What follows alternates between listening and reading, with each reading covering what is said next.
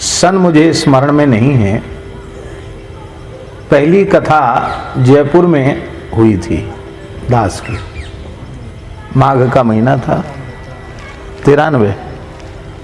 राघवेंद्र दास जी उस कथा में थे, ये भी छोटे बच्चे जैसे ही थे।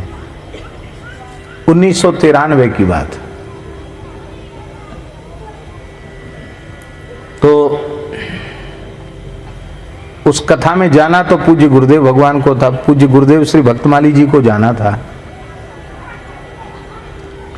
लेकिन महाराज जी रेवासा पीठ के अग्र पीठ के एक प्रकाशन के कार्य में लग गए, श्री अग्र ग्रंथावली, और उसको उस अवसर पर अग्र जयंती के अवसर पर उसको प्रकाशित होना था, विमोचन होना था उसका, और हस्तलिखित पांडुलिपि से फिर उसको तैयार करना, फिर छपाना, प्रूफ रीडिंग करना बड़ा काम था। तो जिन संत के माध्यम से महाराज जी को जयपुर कथा कहने जाना था, वो संत जब लेने आए हरिदास जी, इधर आ जाओ, जो लोग इधर आ जाओ, इधर आ जाओ, क्या नाम, महेश जी नाम है। कथा जहां तक हो दाएं बाएं बैठ के नहीं सुनो, कथा तो सामने बैठ के सुनो।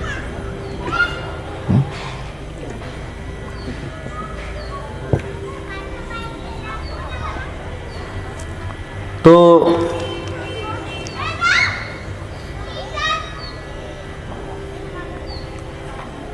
हरिदास जी नाम था उनका। तो हरिदास जी जो है महाराज जी के पास आए। महाराज जी बोले, भाई वृंदावन में बहुत वक्ता उपलब्ध हो जाएंगे, किसी को भी ले जाओ, हम तो इस काम में व्यस्त हैं, हम नहीं जा सकते। बड़े निराश हुए। तो उन्होंने आग्रह किया कि हमारे लिए कहा कि पंडित जी को भेज दो, क्योंकि वो हमसे कुछ दिन लघु सिद्धांत पढ़े थे। हरिदास जी महंत पीछे बने, पहले कुछ दिन हमसे व्याकरण पढ़े थे वो। और महात्मा बड़े विनोदी थे, गुजरान वाले शास्त्री जी वो ऐसे विनोदी महात्मा थे कि जब महंत बन के आए तो हमने पूछा, कहो हरिदास जी कैसे हैं? बड़ी जोर से हंसे, बोले, गुरुजी झलाम झस झसी हरिदास फंसी। झलाम झस झसी और हरिदास फंसी, ऐसे विनोदी महात्मा। बोले अब तो हम फंस गए, अब हमारी पढ़ाई बंद। पूज्य श्री सुदामा दास जी महाराज के वे शिष्य थे। तो वो लेके इनको ले जाएं, तो महाराज जी ने कहा ये ठीक है, ये चले जाएंगे। हमसे बोला तुम चले जाओ। तो दास ने महाराज जी से प्रार्थना की कि महाराज जी हमने न तो भागवत पढ़ी है अभी, जैसे विद्वत भागवत लगाई जाती न तो भागवत लगाई है, और ना हमने कभी 1 घंटे प्रवचन किया है भागवत जी पर। ऐसी कभी कुछ कह ले बात अलग है, प्रवचन तो हमने नहीं, भागवत जी की कथा नहीं कही और ना हमने लगाई, तो हम कैसे कह पाएंगे? अरे बोले महात्मा हैं, दुखी हो जाएंगे और चले जाओ, ठीक कहोगे, अच्छा कहोगे, कोई चिंता नहीं करना, जाओ चले जाओ। अब गुरु आज्ञा करिए सी, उनकी आज्ञा हो गई। और आज्ञा हो क्या गई, उन्होंने कहा कि आप चिंता मत करो, आप जाओ और ये आ जाएंगे। ये अपने समय से वहां पहुंच जाएंगे। बसंत पंचमी से कथा थी, माघ शुक्ल पंचमी से। महाराज जी बोले खाक चौक भी आज्ञा लेके आओ पहाड़ी बाबा से। तो उनसे आज्ञा हमने तब ली जब दूसरे दिन हमको सवेरे जाना था, तो रात्रि को हमने आज्ञा ली। तृतीया को हमने प्रस्थान किया था, माघ शुक्ल तृतीया।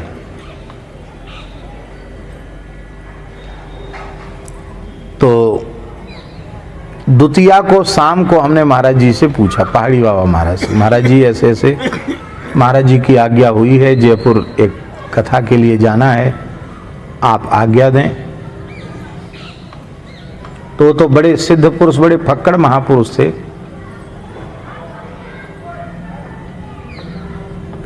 जाओ विजय होगी, यही शब्द थे उनके, जाओ विजय होगी। अब उनसे पूछने का तो किसी को हिम्मत थी नहीं। हम मन में सोचने लगे हम कोई लड़ाई लड़ने जा रहे हैं कि युद्ध करने जा रहे हैं जो विजय होगी। पर महाराज जी ने आशीर्वाद दे दिया, विजय होगी, जाओ। वहां पहुंचे तो शाम को जो सज्जन थे, जो यजमान थे, उनका नाम था ताराचंद जी, वे आए। बड़े विद्वान पुरुष थे वो, डॉक्टर ताराचंद, पीएचडी थे, पुराने जमाने के पीएचडी थे। 9 कन्याएं थी उनकी और 2 पुत्र थे, पूरे एकादश थे घर में। और 9 कन्याएं भी बहुत अच्छे पढ़ी लिखी और बहुत अच्छे परिवारों में विवाहित थी। और 9 जमातों में 2 तो बहुत बड़े साइंटिस्ट थे, वैज्ञानिक थे, और कोई एयरफोर्स में थे, तो कोई थल सेना में थे, तो कोई जल सेना में थे। अच्छे अच्छे सब अधिकारी वर्ग के लोग, बहुत अच्छे लोग थे। वे आए, बुजुर्ग से थे। आकर के उन्होंने कहा कि हम तो सुन रहे थे कि कोई बूढ़े महात्मा हैं, वो कथा करने यहाँ तो बालक आया। वो 1993 में हमारी ये दाढ़ी मूछ भी नहीं बढ़िया से आई थी, नेक नेक रेखा रही होगी। तो बोले ये तो बच्चे जैसे आए हैं कथा कहने। तो हरिदास जी बोले करीब विद्वान हैं, पढ़े लिखे हैं, हमारे गुरुजी, हमने पढ़ा है इनसे, बहुत अच्छी कथा कहेंगे। उन्होंने कहा कथा तो कहेंगे, मेरे सामने बोला है, कथा तो करेंगे, पर हमसे बोला महाराज ये कथा जो है ना वो प्रेतों के उपद्रव की शांति के लिए है। मैं भूत प्रेत बाधा में विश्वास नहीं करता था, लेकिन मेरी हवेली में इतना भारी उपद्रव है भूतों का कि दुनिया के प्रसिद्ध बड़े बड़े तंत्र मंत्र वाले आकर के अपने प्राण बचा के भागे। और हम लोग भी हवेली में नहीं रहते, हम लोग भी किराए से मकान लेकर रहते हैं। हमारी छपाई की मशीन जो कई टन वजन की, उसको प्रेतों ने उलट दिया, मेरे एक लड़के को मार डाला। और मेरे कुछ जमाई ऐसे हैं जो फोर्स में अधिकारी हैं, एयर फोर्स वगैरह में, वो नहीं मानते थे, वो रात्रि को वहाँ रहे तो उनको भी उठाकर पटक दिया और उनके भी प्राण जैसे तैसे बचे। और कौन सी मनोहर कहानियाँ, सत्य कहानियाँ, इन सब में हमारे हवेली के किस्से छप चुके हैं। काम धंधा भी हमारा बंद है। और एक दिन है, जयपुर बड़ा शहर है, सामान सब हम खरीद लेंगे, लेकिन बात यह है कि अब आपका मन हो तो आप कहिए तो हम सामान खरीद के लाए। हमने तैयारी, जगह तो है, पर हमने सामान अभी नहीं लाए हैं खरीद के। ऐसा उसने डरा दिया। हम तो बहुत संक्षिप्त में बता रहे हैं, बहुत इतिहास सुनाया उसने, ऐसा है ऐसा है ऐसा है। तो हमारे मन में आया कि प्रथमग्रासे मक्षिका पातम, जीवन की पहली कथा, और उसमें भी ये उपद्रव। तो एक बार तो मन में आया कि वृंदावन लौट जाएं। इन्होंने भी तैयारी नहीं की है, आपने क्या जरूरत है, वृंदावन चले जाएं। फिर हमने मन में आया कि पूज्य गुरुदेव भगवान ने आज्ञा किया है और हम बिना आज्ञा पालन के जाएंगे तो उनकी आज्ञा की अवज्ञा हो जाएगी। तो गुरु आज्ञा की अवज्ञा नहीं होनी चाहिए। फिर खाकचौक वाले महाराज जी ने कहा कि जाओ विजय हो। इसका मतलब है कि वे तो त्रिकालदर्शी महापुरुष, योगीराज महापुरुष, उन्होंने समझ लिया होगा, इसलिए आशीर्वाद दे दिया कि विजय हो। तो दो दो समर्थ महापुरुषों की, गुरुजनों की हमारे ऊपर कृपा है, तो अब हमें भयभीत होने की आवश्यकता नहीं है। ऐसा मन में आया। थोड़ी देर तो हम मौन रहे और फिर मैंने कहा कि हाँ, आप तैयारी करें, हम कथा कहेंगे। सारी तैयारी हो गई।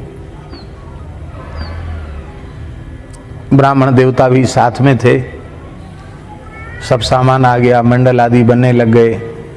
यजमान बोला, हम लोग हवेली में नहीं रहेंगे, आप लोगों को ही रहना है वहां। और कथा के समय हम लोग आएंगे, केवल पूजन के कथा के समय, फिर हम चले जाएंगे। वहां रात में कोई नहीं रहेगा, आप लोग रहेंगे। ऐसा यजमान। तो हमने साथ वाले ब्राह्मणों से प्रार्थना की कि देखो, सकाम अनुष्ठान है और बाधा निवृत्ति के लिए अनुष्ठान है, इसलिए आप सब बहुत सावधान होकर अपने अपने जप आदि को बड़े विधि पूर्वक और सच्चाई पूर्वक आप लोग संपन्न करना और सदा पवित्र रहना, क्योंकि शरीर में किसी भी प्रकार की अशुद्धि आती है तभी अशुद्ध आत्माओं का उपद्रव शुरू होता है, उनका प्रवेश होता है। तो सदा पवित्र रहना। और वो लोग भी सब डर रहे थे। एक पंडित जी थे जो आज कर्म कांड कराने आए थे, वो तो कह रहे थे कि हम तो रात को ही जा रहे हैं।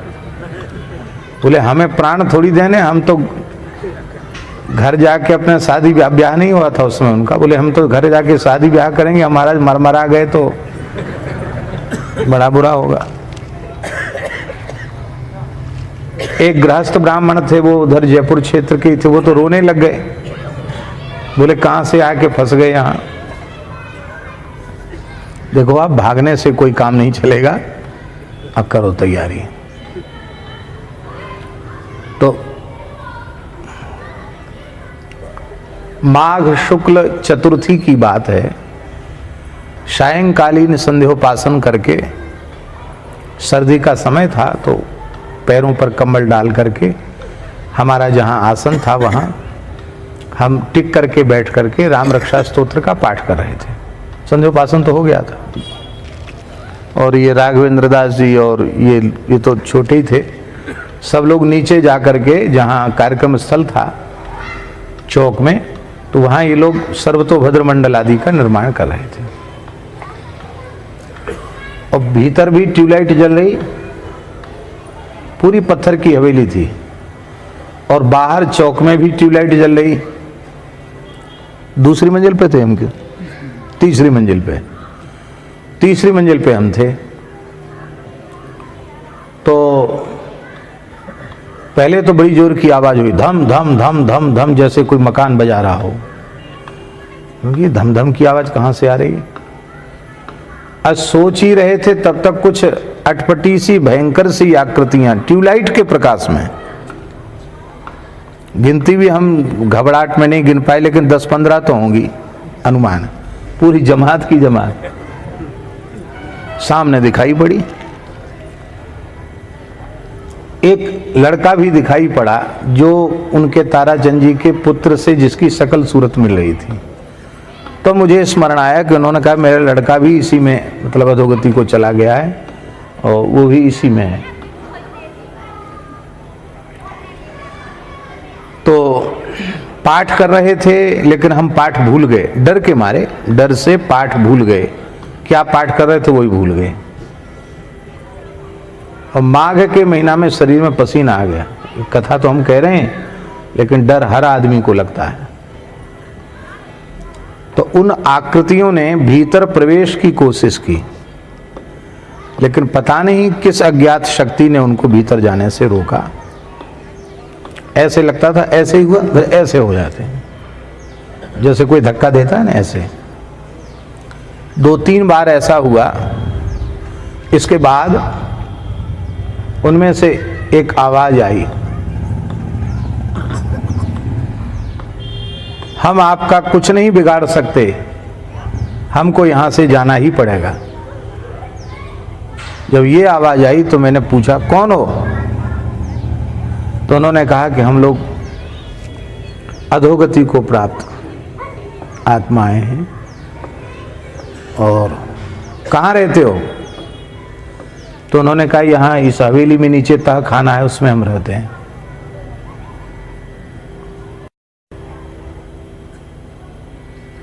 और अब हमको यहां से जाना पड़ेगा। बस इतनी बात सुनाई पड़ी और वो दृश्य मेरे सामने से हट गया। जब दृश्य हट गया तो हमको एकदम जैसे झक्की सी खुल जाती ना, क्या हो गया रे, कैसे ये सब हो गया, कल से कथा है, आज ही उपद्रव शुरू हो गया भैया, अब क्या होगा। तो मन में आया कि यहाँ अकेले नहीं बैठना चाहिए, जहाँ सब लोग हों वहाँ चलना चाहिए। तो सीताराम सीताराम बोलते हुए हम तीसरी मंजिल से उतर के जहाँ ये लोग नीचे वाली मंजिल पे कर रहे थे वहाँ हम आ गए। तो इन लोगों ने, वो एक योगेंद्र जी थे पंडित जी, उन्होंने पूछा, ये योगेंद्र जी नहीं, दूसरे योगेंद्र जी सीतापुर वाले। तो उन योगेंद्र जी ने पूछा कि आचार्य जी जो थे कर्मकांड वाले, उन्होंने पूछा कि महाराज जी कैसे आ गए। तो हमने उनको कहा कि ऐसे ही संध्योपासन हो गया, वहाँ अकेले क्या करते, इसलिए आप लोगों के पास आ गए।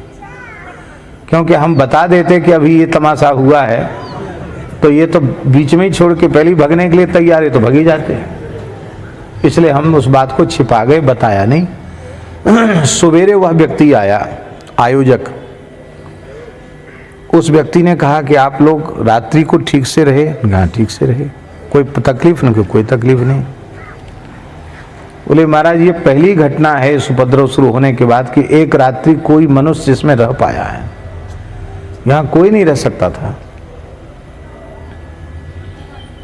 आपको कुछ भी नहीं यहां दिखाई पड़ा। तो हमने कहा कि एक बात बताओ, यहां तहखाना है कोई? तो बोला तहखाने का रहस्य केवल मैं जानता हूं और मेरा लड़का जानता, और कोई घर में नहीं जानता। ये पुरानी स्टेट के जमाने की राजाशाही हवेली है, हमारे पिताजी ने खरीदी थी और हम लोग ठीक से इसमें रहे। पर हमको किसी ने बताया कि इसमें कुछ भीतर है। भीतर है का मतलब माल पानी। तो बस वो जैसे ही हमने खोदा है नीचे, और उस तह खाने के खुदते ही ये उपद्रव शुरू हुआ। उसमें क्या था कि उसमें उनको कुछ मिल भी नहीं पाया। हुआ क्या कि राजाओं के जमाने में कुछ लोगों को मतलब वो दंड में, मृत्यु दंड में मार करके डाल दिया गया होगा, वो सब अधोगति को थे, ऐसा था कुछ। तो ऐसा कुछ कर दिया होगा कि कोई बांध दिया होगा, कुछ कर दिया हो। जैसे ही वो खुला द्वार के घर में उपद्रव शुरू हो गया, ऐसा था। तो बोले महाराज आपने तह खाने की बात बताई, मैंने फिर पूरी घटना उसको सुनाई।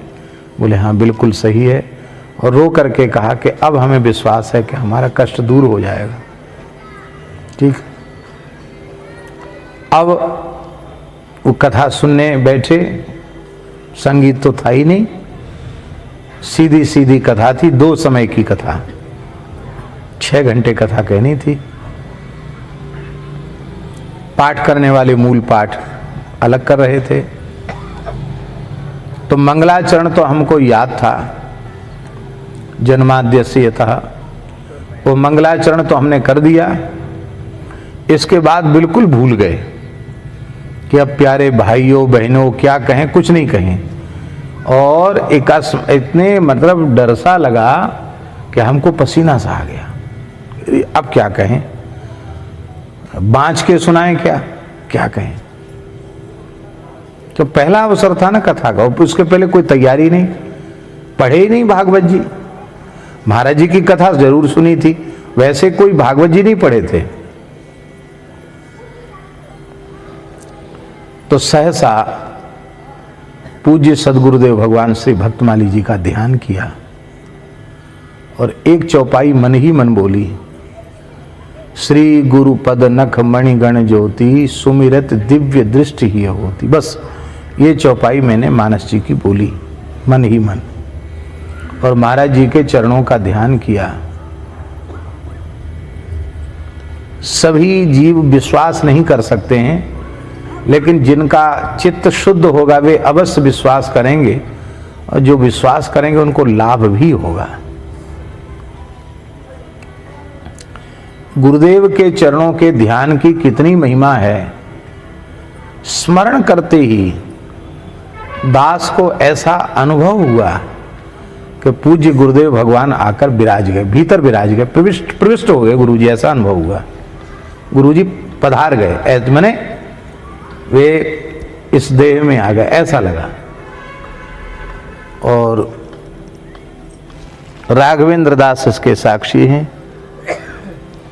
पहली कथा ऐसी अद्भुत कथा हुई कि हमने ग्रंथ नहीं देखा और हम बोलते चले गए, ऐसे ऐसे पहली कथा कही जैसे उसके पहले 50 कथा कह चुके हों।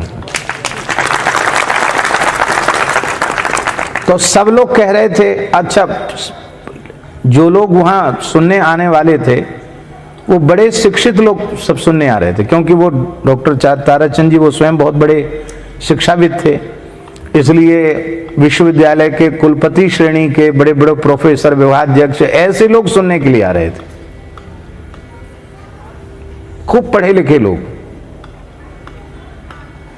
और बोलना तब से शुरू किया तो अब तक बोल रहे हैं। तो अब हम ये मन में सोचें कि मैं कह रहा हूं तो ये महामूर्खता है। गुरुदेव आकर हृदय में विराजे हैं, वे ही मन में विराजे हैं, वे ही बुद्धि में विराजे हैं, वे ही वाणी में विराजे हैं। और शरीर मेरा है ये कहना भी मूर्खता है। तन मन प्राण सब कुछ उनका है, श्वास प्रश्वास भी उनके हैं। वे इस शरीर से जैसी सेवा लेना चाहें वैसी सेवा लें। ये कथा के प्रचार प्रसार में भी उनका संकल्प ही काम कर रहा है। बुंदेलखंड में न चाहते हुए भी बार बार आना हुआ, उसके मूल में भी महाराज जी का ही संकल्प। बुंदेलखंड क्षेत्र बहुत पवित्र क्षेत्र है, बड़े भावुक, सीधे साधे, सरल लोग यहाँ हैं। यहाँ के लोगों को सत्संग लाभ मिलते रहना चाहिए। उनके मन में जो ये भावना थी, उसी भावना का परिणाम ये है कि यहाँ आप सबके बीच में भगवत संकल्प से, गुरु महाराज की कृपा से आना हो जाता है। सच्चे प्रेमी तो श्री राम जी हैं, जो प्रेम करना भी जानते हैं और प्रेम को निभाना भी जानते हैं। ऐसे प्रेमी राम जी से तुमने प्रेम नहीं किया,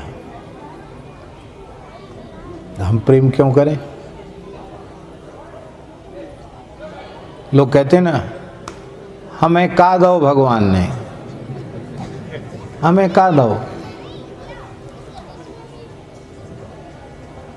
सीधे लोग कह देते,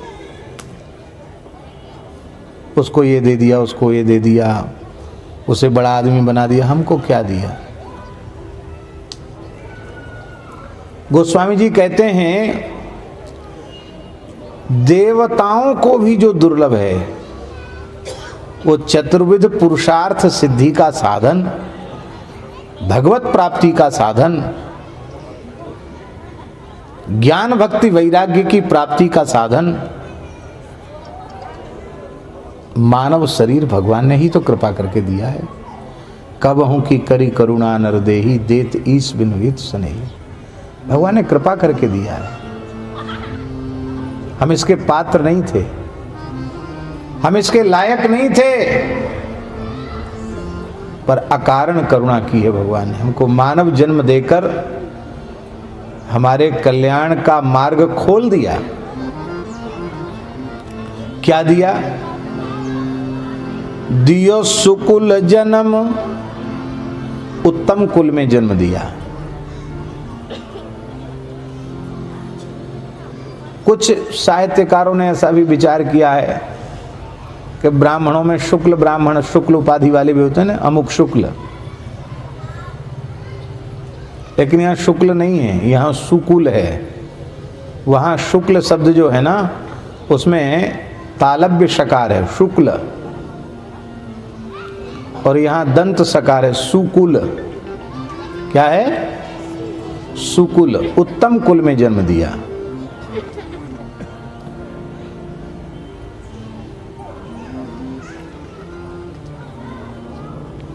अब एक प्रश्न हो सकता है कि ब्राह्मण तो अपने मन में प्रसन्न होंगे, अपनी पीठ ठोकेंगे, अरे हम तो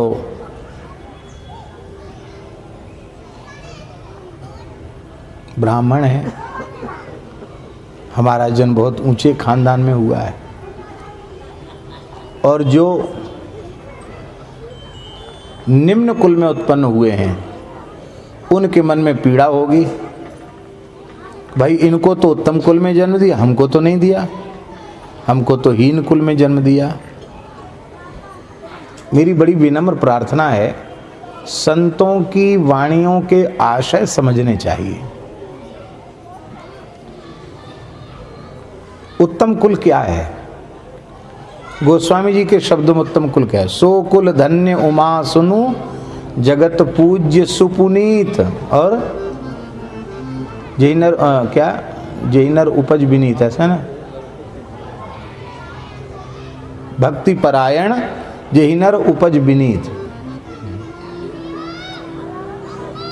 सो कुल धन्य उमा सुनु जगत पूज्य सुपुनीत, वो कुल धन्य है, जगत में पूज्य है, पवित्र कुल है, जहां भगवान का भक्त जन्म लेता है। उत्तम से उत्तम कुल में जन्म लेने के बाद भी वो भगवान से विमुख है, भगवान की भक्ति नहीं कर रहा है। भले ही ब्राह्मण कुल में पैदा हुआ, पर जो नहीं खाना चाहिए वो खा रहा है, जो नहीं पीना चाहिए वो पी रहा है, जो नहीं करना चाहिए वो कर रहा है, जहां नहीं जाना चाहिए वहां जा रहा है।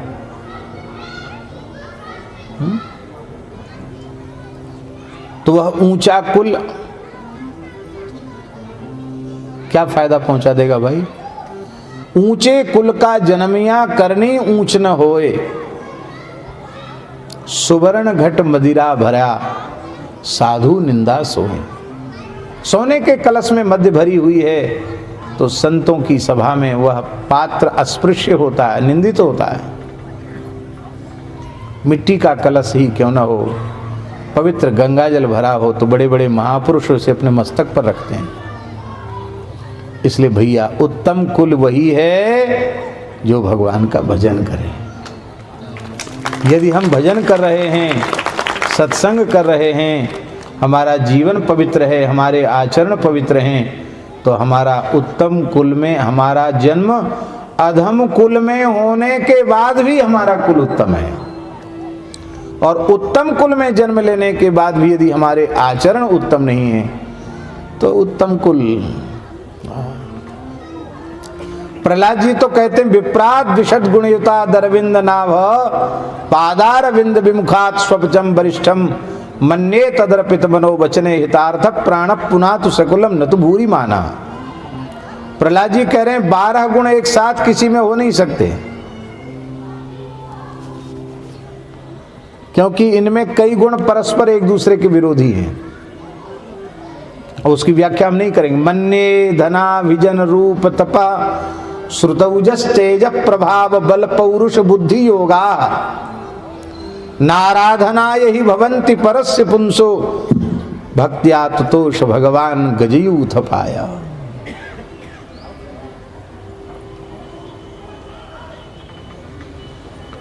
बारहों गुण किसी ब्राह्मण में हो, धन अभिजन रूप तप श्रुत ओज बल प्रभाव पौरुष बुद्धि का योग, ये सब हो,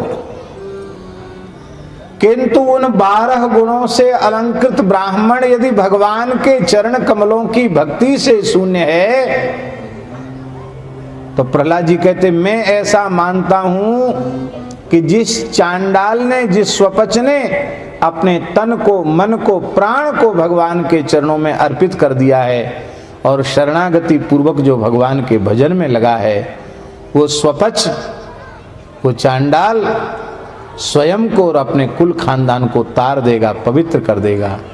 किंतु 12 गुणों से युक्त होने के बाद भी यदि ब्राह्मण भक्ति से शून्य है तो न अपने को पवित्र कर पाएगा, न अपने खानदान को पवित्र कर पाएगा। रावण का तो बहुत अच्छा खानदान था, उत्तम कुल पुलस्त कर नाती और शिव विरंच पूजे बहु भांति। लेकिन ऐसा होने के बाद भी क्या हुआ?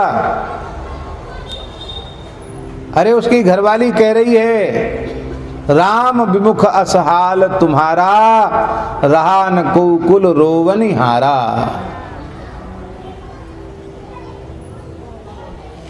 इसलिए दियो सुकुल जन्म।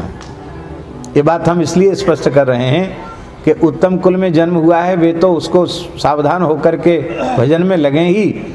जिनका उत्तम कुल में जन्म नहीं हुआ, वे भी भजन करके उत्तम हो सकते हैं,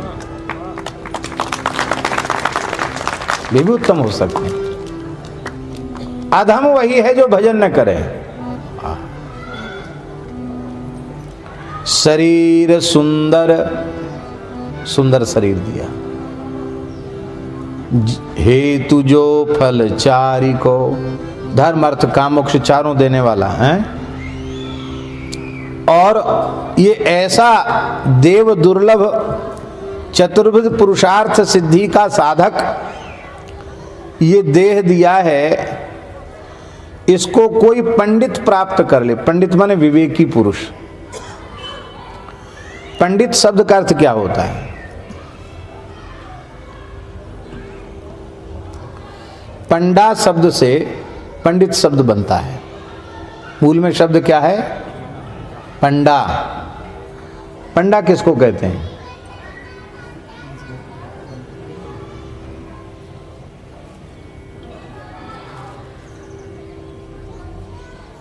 अरे बोले बद्रीनाथ जी के पंडा आए, मथुरा जी के पंडा जी आए, दाऊ जी के पंडा जी आए, वो तो पंडा है ही है, हम निषेध नहीं कर रहे हैं। लेकिन पंडा किसी व्यक्ति का नाम नहीं है। पंडा एक विशिष्ट प्रकार की बुद्धि का नाम है। पंडा शब्द का अर्थ है सदसद विवेकिनी बुद्धि ही पंडा। जिस बुद्धि में सत और असत का निर्णय हो चुका हो, विवेक हो चुका हो, उस बुद्धि का नाम है पंडा। सदसद विवेकिनी बुद्धि पंडा। और ऐसी पंडा नाम की बुद्धि जिसको प्राप्त हो चुकी है, उसका नाम है पंडित। महर्षि पाणिनि का सूत्र है तदस्य संजातम तारका दिव्य इतच। इस सूत्र से इतच प्रत्यय होकर के पंडित शब्द बनता है। पंडा संजाता अस्य, जिसको पंडा उत्पन्न हो गई हो उसको पंडित कहते हैं। जिसकी बुद्धि में सत असत का निर्णय हो चुका हो वो पंडित है।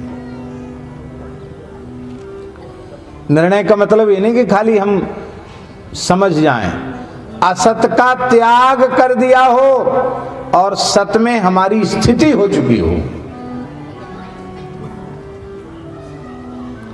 और यदि ऐसा नहीं है तो दोहावली के अनुसार, गोस्वामी जी के शब्दों में, काम क्रोध मद लोभ की जो लो मन में खान, तो लो पंडित मूर्खा तुलसी एक समान।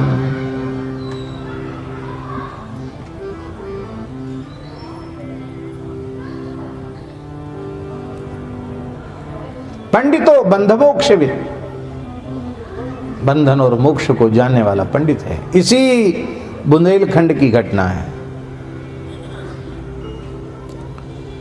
पंडित श्री हरिराम जी व्यास ओरछा के राजगुरु, ओरछा में ही जन्म हुआ था उनका।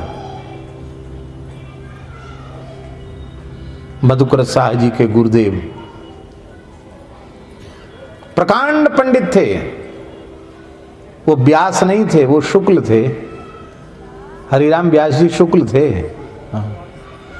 उनके पिताजी का नाम था पंडित श्री सुमोखनजी शुक्ल। बोले शुक्ल से व्यास कैसे हो गए? हरिराम व्यास जी काशी पढ़ने गए थे। इस बात को सब लोग नहीं जानते। यहाँ तो केवल नेतागिरी वाले लोग इतना ही जानते कि पकौड़ी खा लिया था उन्होंने, बस हैं, डलिया से पकौड़ी खा ली, इतने ही लोग जानते और कुछ नहीं जानते यहाँ के लोग। काशी पढ़ने गए तो ऐसा विलक्षण वैदुष्य था, ऐसी प्रतिभा थी हरिराम जी की कि काशी की विद्वत सभा ने उनको व्यासोपाधि से अलंकृत किया था कि सनातन धर्म के रहस्यों को समझने वाला इनके जैसा या तो कृष्ण द्वैपायन व्यास जी या ये, इसलिए उनको व्यास उपाधि से अलंकृत किया। और इतने बड़े विद्वान व्यासोपाधि से विभूषित होकर के जब वे वहां से आए, अपना अध्ययन संपन्न करके आए, तो यहाँ राजकीय स्वागत हुआ उनका। और फिर ये कहा गया कि अब दिग्विजय यात्रा होनी चाहिए, शास्त्रार्थ की दिग्विजय यात्रा। तो हरिराम जी व्यास दिग्विजय यात्रा करते हुए वाराणसी आए थे। लोगों ने सलाह दिया कि बनारस में विजय कर लो तो सारी धरती पर विजय अपने आप ही है। बनारस तो पंडितों की खान है, विद्वानों की खान है बनारस, वहाँ चले जाओ।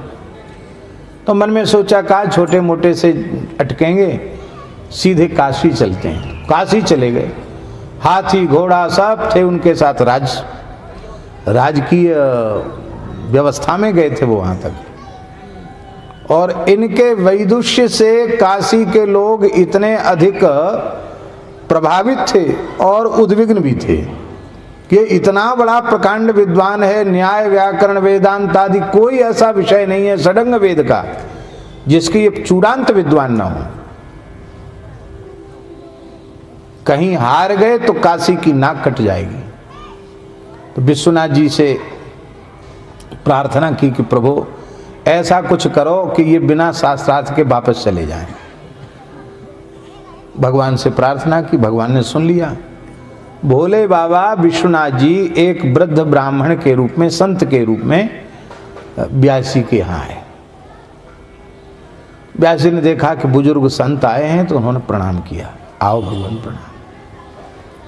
बोले आजकल आपके काशी में बहुत चर्चा चल रही है, आप बहुत बड़े विद्वान हैं। बोले हाँ, ये तो विश्वनाथ जी की, अन्नपूर्णा जी की कृपा है, काशी का ही प्रसाद है विद्या, और तो क्या, आप तो बहुत बड़े विद्वान हैं, हम तो पढ़े लिखे नहीं। भगवान शंकर ही थे वो। बोले हम तो पढ़े लिखे नहीं। क्या? बोले हम कुछ पढ़े लिखे नहीं, केवल 2 अक्षर पढ़े हैं। कौन? रा और माँ। राम राम पढ़े और कुछ नहीं पढ़े, बिना पढ़े। शंकर जी झूठ बोले? बिल्कुल सही बोले। किस विद्यालय में शंकर जी ने नाम लिखा है बताओ? अरे व्याकरण के 14 सूत्र तो उनकी डमरू से निकल रहे हैं, उनको किसी विद्यालय में पढ़ने जाने की जरूरत है?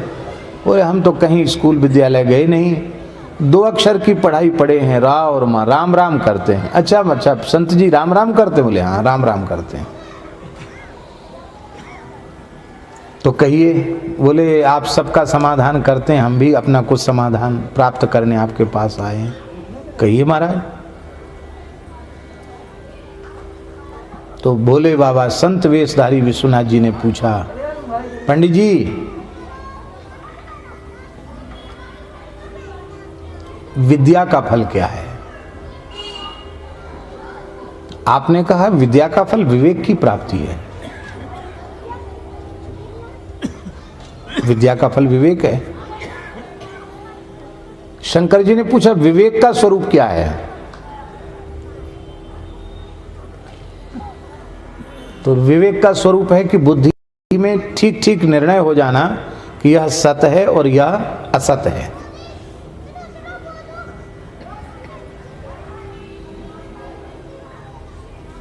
और जब ये निर्णय हो जाए कि ये सत्य है और ये असत्य है, तो असत्य का परित्याग करना और सत्य में स्थित होना। शंकर जी हंसने लगे। बोले वाह, आपने उत्तर तो बिल्कुल सही दिया, हमको समाधान मिला। तो अब यह भी बतला दीजिए कि सत्य क्या है और असत्य क्या है।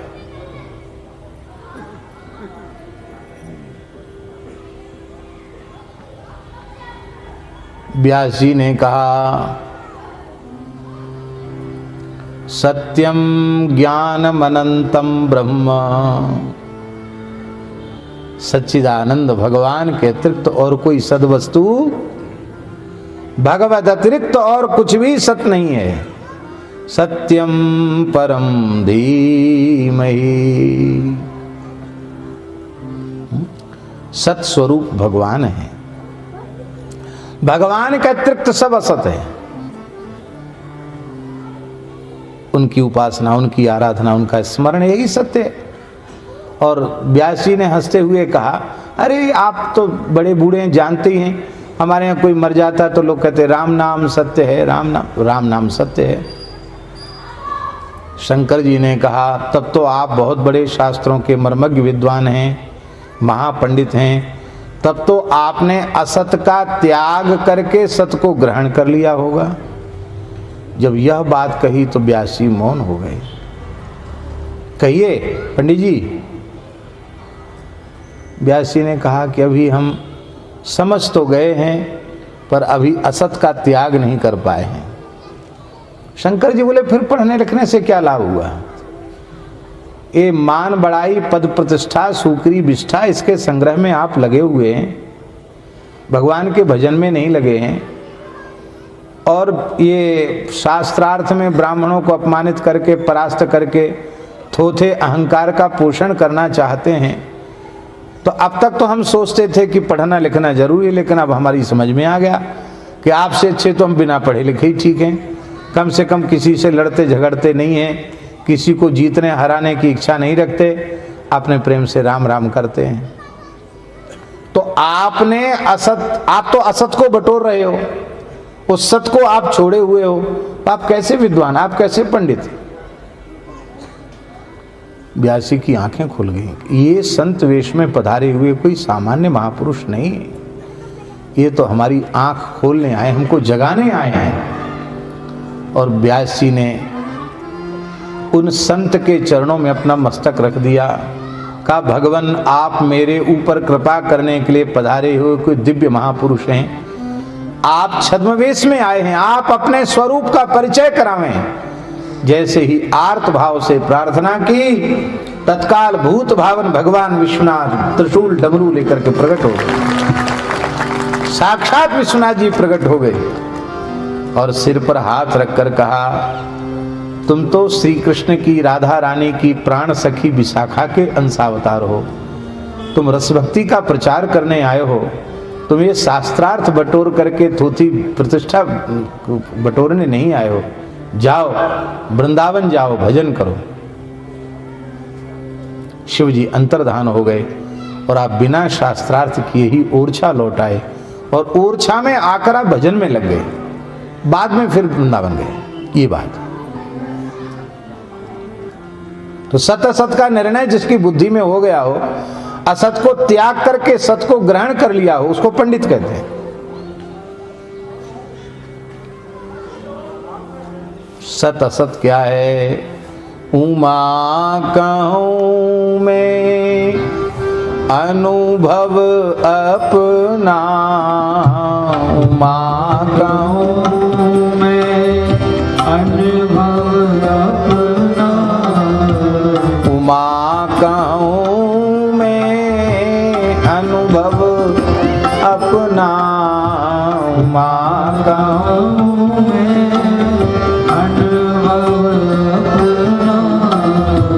सत हरि भजन जगत सब सपना, सत हरि भजन जगत सब सपना।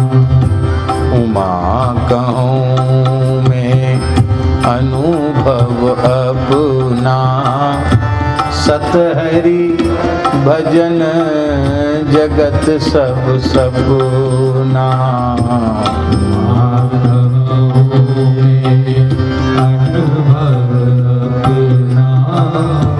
सत हरि भजन जगत सब सपना।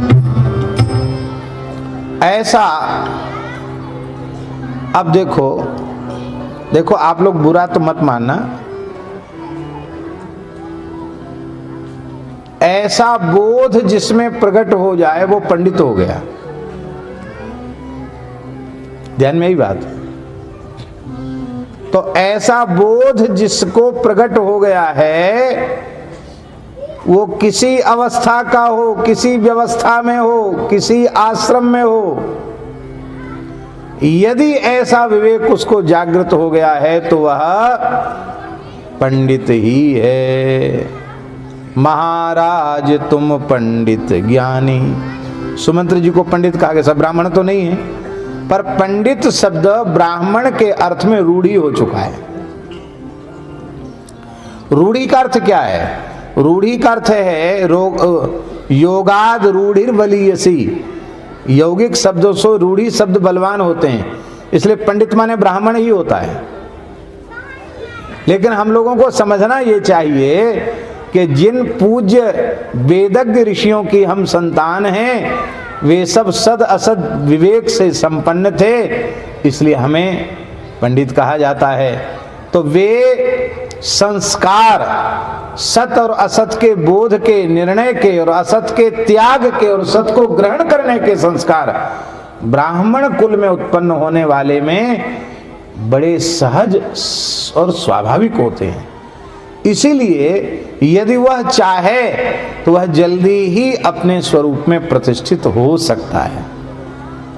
तो यदि भगवान ने हमें ब्राह्मण कुल में जन्म दिया है तो हमें उसके अनुरूप बनने का साधन अवश्य करना चाहिए।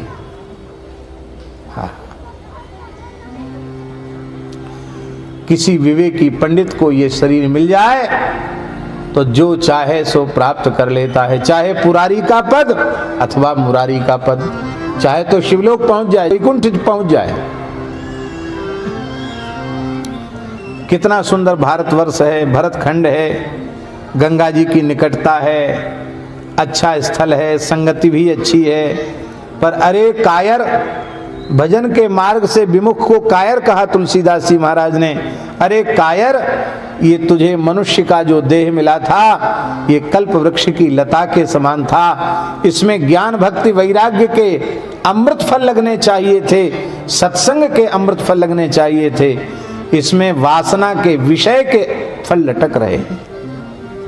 कितना दुर्भाग्य है। कोई बात नहीं, अभी भी तेरा काम बन सकता है। तू ध्यान लगा करके आजा हूं समुझ चित दे सुनु परमार्थ। अब मैं तुम्हें परमार्थ बता रहा हूं। संसार में हमारा हितैषी वही है जिससे हमारे स्वार्थ की सिद्धि हो। और जीव का सच्चा स्वार्थ क्या है? बोले भगवान को पहचानना, भगवान की प्राप्ति करना, भगवान से प्रेम करना। स्वार्थ सांच जीव कर एहा, करिए राम पद पंकज नेहा। यही स्वार्थ है। इस सच्चे स्वार्थ को पहचानो। देखो, तुम्हें तुम्हारे पिता के रूप में, माता के रूप में, गुरु के रूप में, स्वामी के रूप में, पत्नी और पुत्र के रूप में, सेवक और सखा के रूप में भी तुमसे प्रेम करने वाले भगवान श्री राम ही हैं, दूसरा नहीं है। क्योंकि हमने इन सब श्रुतियों को भी पहले प्रवचन में उद्धृत कर चुके हैं। बृहदारण्यक आदि की श्रुतियों को भी हम उद्धृत कर चुके हैं। अब उनको पुनः नहीं कहना है। हमारे सारे संबंध भगवान से हैं।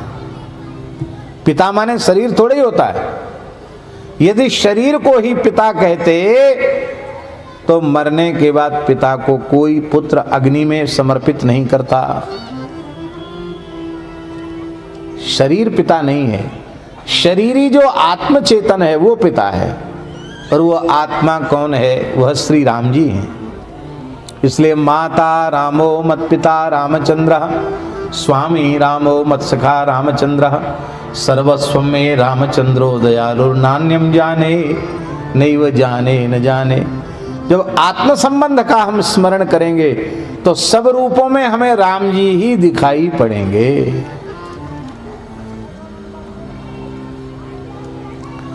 उनके कारण से ही प्रेम है तेरा।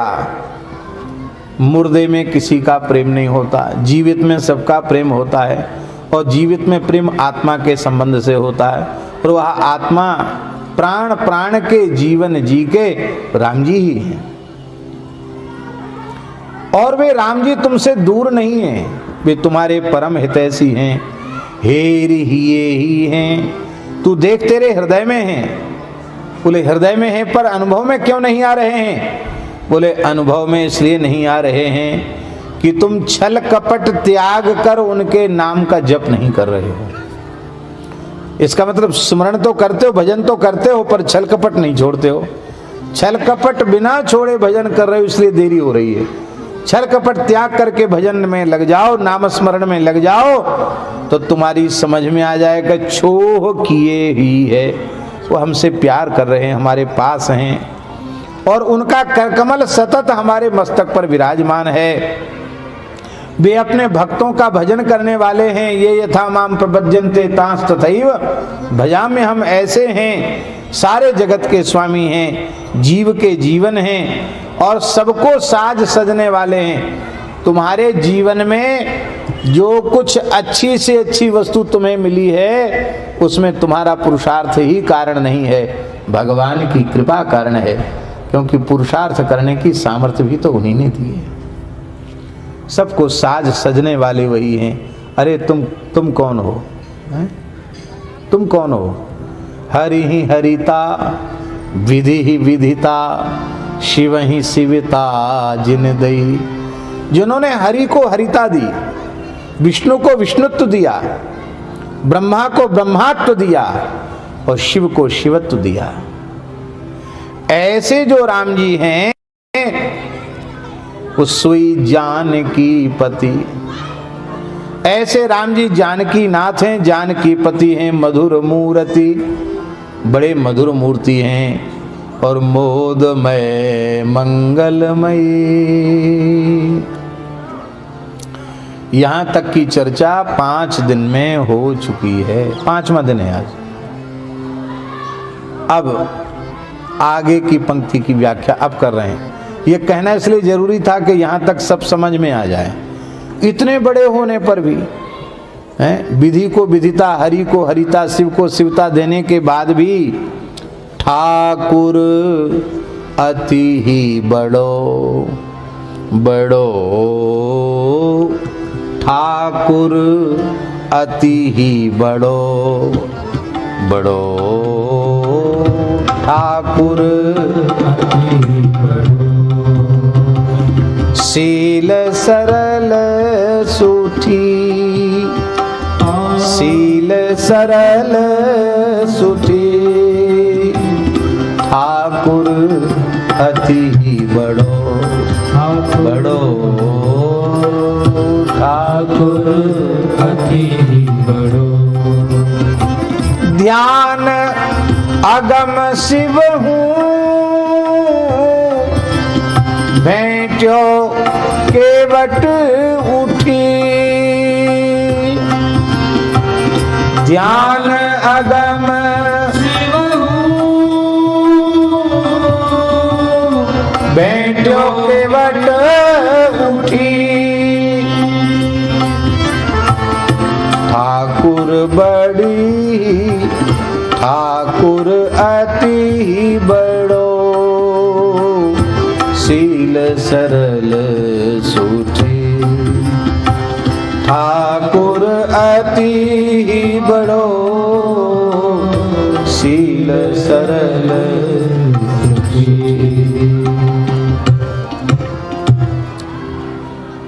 ठाकुर अति ही बड़ो, ये ठाकुर हैं। ठाकुर किसको कहते हैं?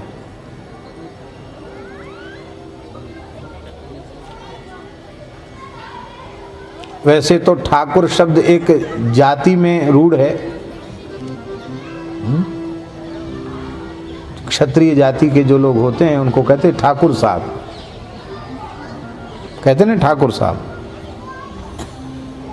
पर ठाकुर शब्द का अर्थ होता है जिसकी ठकुराई सब पर चले, उसको ठाकुर कहते हैं। सरल शब्दों में हम कहें तो जो सबका नियंत्रक हो, जो सबका नियामक हो, जिसके द्वारा सब नियम में हो और जो सबका नियामक हो, उसको ठाकुर कहेंगे। जिसके शासन में सब हों,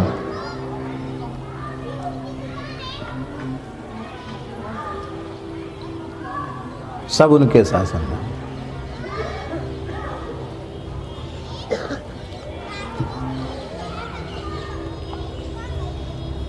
ठाकुर शब्द का अर्थ भगवान ही है। हमने कहा था ना झांसी में, शब्द के अर्थ की दो प्रकार की वृत्ति, एक शब्दार्थ की पर्यवसायी वृत्ति, एक अपर्यवसायी वृत्ति। शब्द एक विशेष अर्थ में जाकर घटित होकर चरितार्थ हो जाता है, एक तो ये वृत्ति है शब्द की। दूसरी वृत्ति यह है कि शब्द की शक्ति को खुला छोड़ दिया जाता है, और शब्द ब्रह्म है। जब उसकी शक्ति को खुला छोड़ देते हैं तो उस शब्द के बोधक, उस शब्द के वाचक अथवा उस शब्द के वाच्यार्थ भगवान ही हैं और कोई दूसरा नहीं।